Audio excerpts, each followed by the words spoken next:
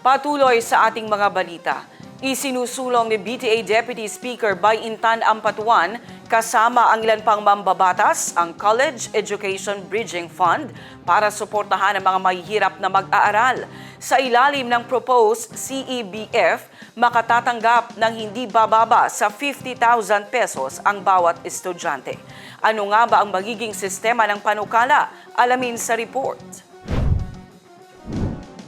Itinutulak ni MP Bayintan Ampatuan ang panukalang College Education Bridging Fund o CEBF. Layo nitong tulungan ng mga estudyante mula sa low-income families na makapagpatuloy sa kolehiyo at matapos ang kanilang degree.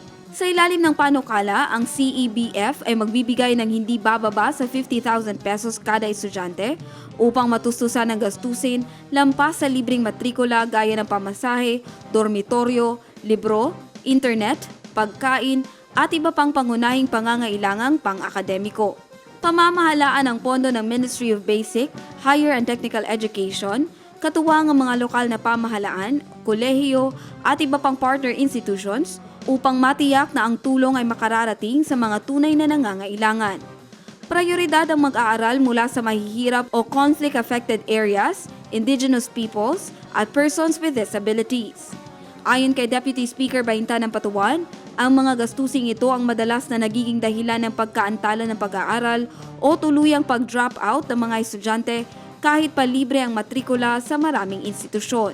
Magpapalabas ang MBHTE ng guidelines sa eligibility, dokumentaryong kailangan, proseso ng pagpili at paraan ng pag-release ng pondo.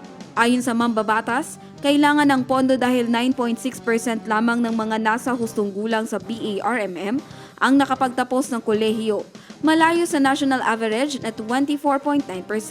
Maraming estudyante ang tumitigil sa pag-aaral dahil hindi kayang tustusan ang pang-araw-araw na gastusin kahit libre ang tuition. Jen Garcia, iMinds, Philippines.